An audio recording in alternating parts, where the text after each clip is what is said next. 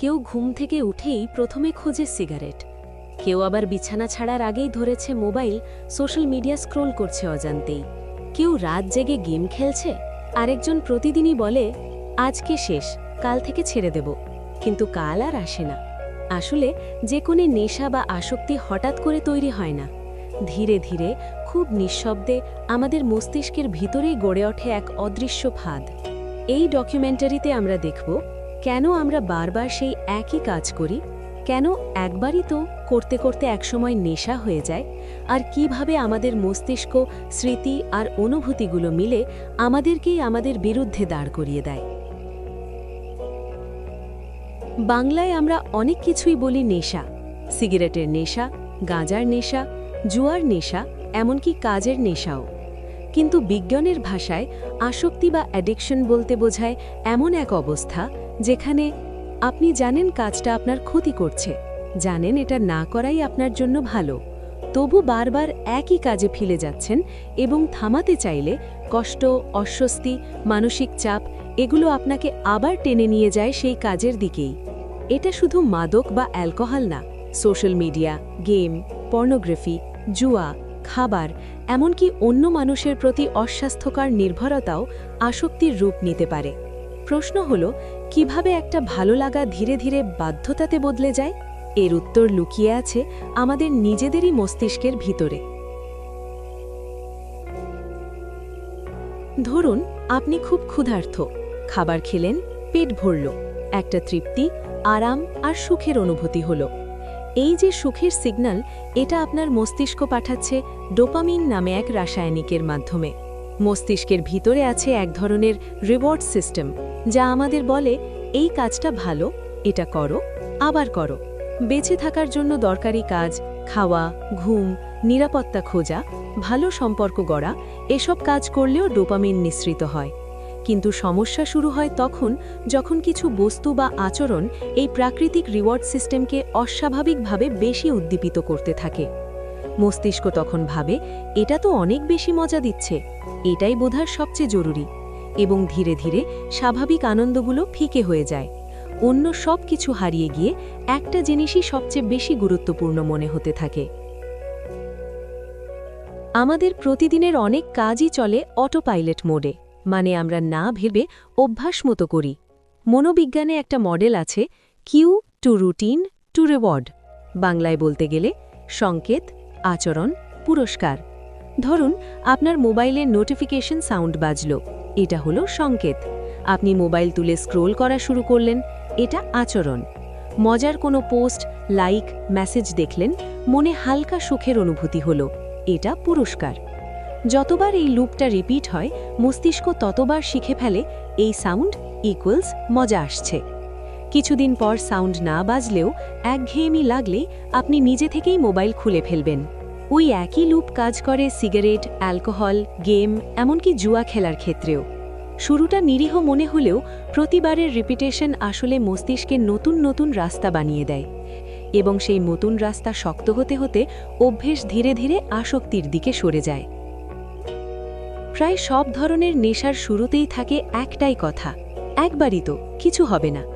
এটা হতে পারে বন্ধুরা চাপ দিচ্ছে, এক টান দে, দেখি কেমন লাগে। পরীক্ষার স্ট্রেসে রাতে জেগে থাকতে চাইছেন, কেউ বলল এটা খেলে ঘুম আসবে না। অথবা একঘেয়েমি, একাকিত্ব, দুঃখ থেকে পালাতে গিয়ে মনে হলো কিছু একটা করলে মন হালকা হবে। প্রথম কয়েকবার অনেকেই ভাবে আমি চাইলেই ছেড়ে দিতে পারবো, কারণ তখনও মস্তিষ্কের পরিবর্তনগুলো খুব ছোট, বোঝা যায় না। কিন্তু প্রতিবার যখন আমরা একই বস্তু বা একই আচরণের মাধ্যমে আরাম, সুখ বা দুঃখ ভুলে থাকা শিখে যাই, তখন মস্তিষ্কের রিওয়ার্ড সিস্টেমে ধীরে ধীরে শুরু হয় এক ধরনের পুনঃপ্রোগ্রামিং, এবং এই ছোট ছোট সিদ্ধান্তগুলোই একসময় গিয়ে দাঁড়ায় বড় একটা আসক্তির দরজায়। যখন আমরা একইভাবে বারবার বেশি ডোপামিন তৈরি করি, মস্তিষ্ক যেন একটু ডিফেন্সিভ হয়ে যায়। সেভাবে এত বেশি উত্তেজনা তো স্বাভাবিক নয়, এটা কমাতে হবে। তখন হয় দুটো বড় পরিবর্তন। এক, টলারেন্স, সহ্য ক্ষমতা বেড়ে যাওয়া। আগে যতটুকু নিলেই ভালো লাগতো, এখন আর তাতে কাজ হচ্ছে না, আরও দরকার, আরও ঘন ঘন দরকার। সিগারেটের ক্ষেত্রে আগে দিনখানেক পরপর একটা নিতেন, এখন দিনে 5টা না নিলে চলে না। গেমের ক্ষেত্রে আগে আধ ঘন্টা খেলেই মজা লাগতো, এখন কয়েক ঘন্টা না খেললে তৃপ্তি আসে না। 2. ক্রেভিং, তীব্র টান। শুধু ভালো লাগার জন্যই নয়, খারাপ লাগা থেকে বাঁচার জন্য আপনি সেটার দিকে টান অনুভব করবেন। উদ্বেগ, বিরক্তি, মন খারাপ এইসব অনুভূতিকে সাময়িকভাবে ঢেকে দেয় বলে মস্তিষ্ক শেখে কষ্ট ইকুয়ালস এটা নাও, আরাম পাবে। এভাবেই সেই দিনের ছোট্ট ভালো লাগা আজকে দাঁড়ায় বাধ্যতামূলক প্রয়োজন হয়ে। সবাই সমানভাবে আসক্ত হয় না। কেউ বহুবার ব্যবহার করেও নিয়ন্ত্রণে থাকতে পারে, আবার কেউ খুব অল্প সময়ই গভীরভাবে জড়িয়ে পড়ে। এখানে কাজ করে 3টি বড় ফ্যাক্টর। 1. জিনগত প্রভাব, জেনেটিক্স। পরিবারে যদি আগে থেকে মাদক, অ্যালকোহল বা অন্য কোনো আসক্তির ইতিহাস থাকে, তাহলে ঝুঁকি কিছুটা বেড়ে যায়। মস্তিষ্কের ডোপামিন সিস্টেমের সেন্সিটিভিটি জিনের মাধ্যমে আংশিকভাবে ঠিক হয়। 2. পরিবেশ। যে পরিবেশে বারবার নেশাদ্রব্যের সহজ প্রাপ্যতা, চাপ, নির্যাতন, অবহেলা, দারিদ্র্য বা সহিংসতা থাকে, সেখানে পালানোর পথ হিসেবে আসক্তি দ্রুত গড়ে ওঠে। 3.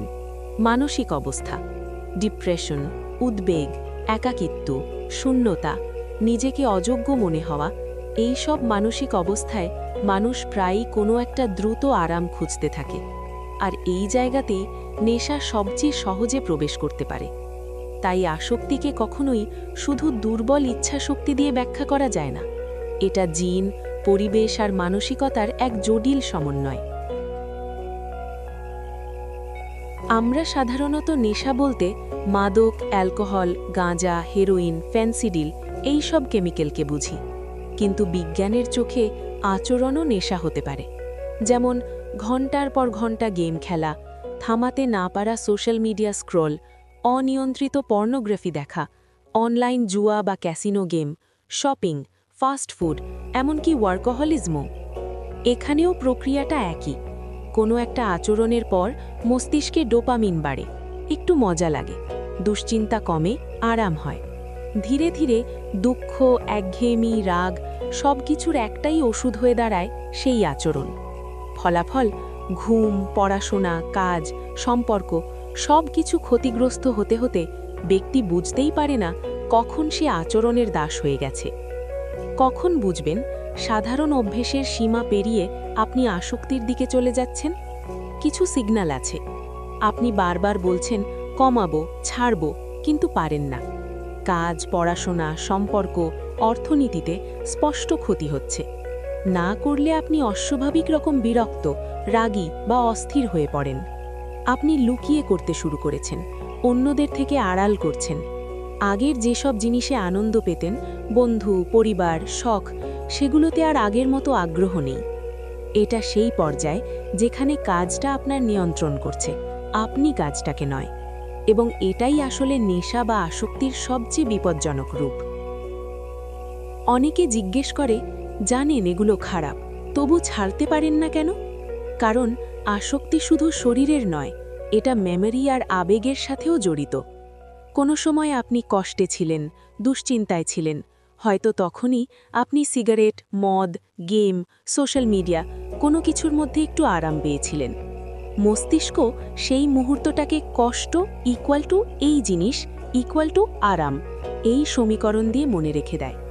পরে জীবনে যখনই একই ধরনের কষ্ট, চাপ বা একাকিত্ব আসে, মস্তিষ্ক পুরনো স্মৃতি টেনে এনে বলে, দেখ তখন এটা করলে ভালো লেগেছিল, আবার করো।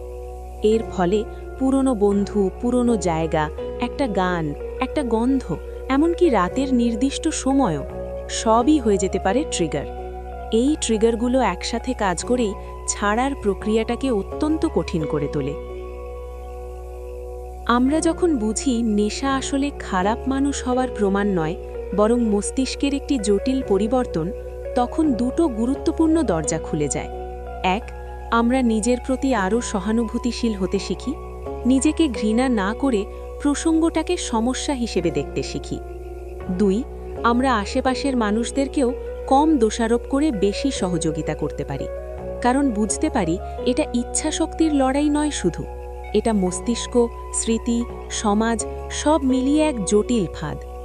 প্রতিরোধের শুরুটা সেখান থেকেই, যখন আমরা স্বীকার করি, হ্যাঁ এটা আমার জীবনে ক্ষতি করছে এবং আমি একা নই, এটাকে বোঝার এবং বদলানোর উপায় আছে। নেশা আর আসক্তি শুধু কোনো একটি সমাজ শ্রেণী, কোনো নির্দিষ্ট বয়স বা দেশের সমস্যা নয়, এটা আমাদের সবার জীবনেই কোনো না কোনো রূপে উপস্থিত। কেউ নেশা করে কেমিক্যাল দিয়ে, কেউ আচরণ দিয়ে, কেউ আবার ব্যস্ততা বা কাজ দিয়েই নিজেকে বাস্তবতা থেকে দূরে রাখে। এই ডকুমেন্টারির উদ্দেশ্য কাউকে দোষারোপ করা নয়, বরং একটা প্রশ্ন তোলা, আমরা কিভাবে বেঁচে আছি? আমাদের আনন্দ, আরাম, ক্লান্তি, কষ্ট এসবের সঙ্গে আমরা কিভাবে ডিল করছি? যদি কোনো কিছু আমাদের স্বাধীনতা কেড়ে নেয়, আমাদের সিদ্ধান্তকে আমাদের বিরুদ্ধে দাঁড় করায়, তাহলে সেটা সম্পর্কে সচেতন হওয়াই সবার আগে প্রয়োজন। কারণ ফাঁদটা যতই অদৃশ্য হোক, ওই ফাঁদের গঠনটা বুঝে গেলে সেখান থেকে বেরিয়ে আসার রাস্তা খুঁজে পাওয়া অনেক সহজ হয়ে যায়।